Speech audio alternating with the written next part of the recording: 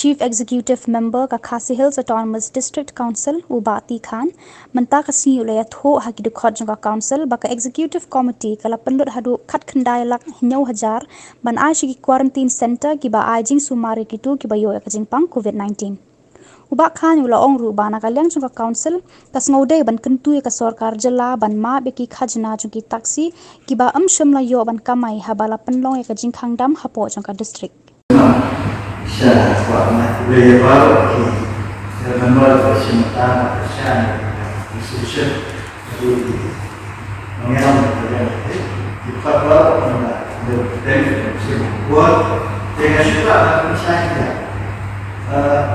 hari ini pada quarantine center di bawah hausnya berada buat ada asalkan itu jadi ada sesuatu kalau form ini CFT menyeberang juga.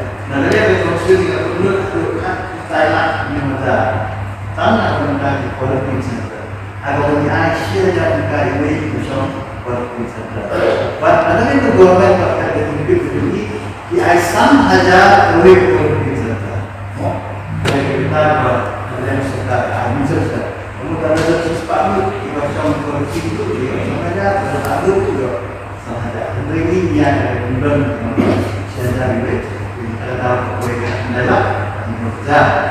Dan hari ini kalau di ayat nomor berikutnya ini nasoya nomor bar dan hari discussion dari banyak yang ini bagi memperluasi kemudian itu juga banyak lagi orang show itu juga serta ada Like now, we also started national level department and the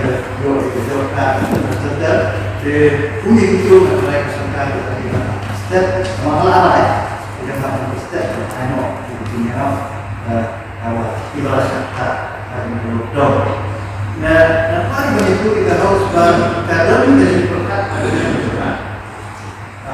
organisasi dan isi. Kalau dalam ini jadi kuat jauh mengingatkan. Jadi di daerah taksi, di oleh kuat sekali kita tas, kajian. Bahwa apa yang kita lockdown, yang hasil tas ini. Jadi nama bah hidup, bah share kejunya ini adalah betul. Bah kasih orang yang share untuk transport karena. Jadi semua kita akan ada mengenai kejunya, inisiatif, mengenai hak. Bahawa dulu yang ini sebenarnya dari alumni, kesokan dari termama, dari terluka, dia siapa? Kalau meniru yang ada dalam, apa itu sekarang maaf ini belajar kasih tentang di mata kali kamai, di bawah beliau kamai saat ini saya mengenai di badan ini.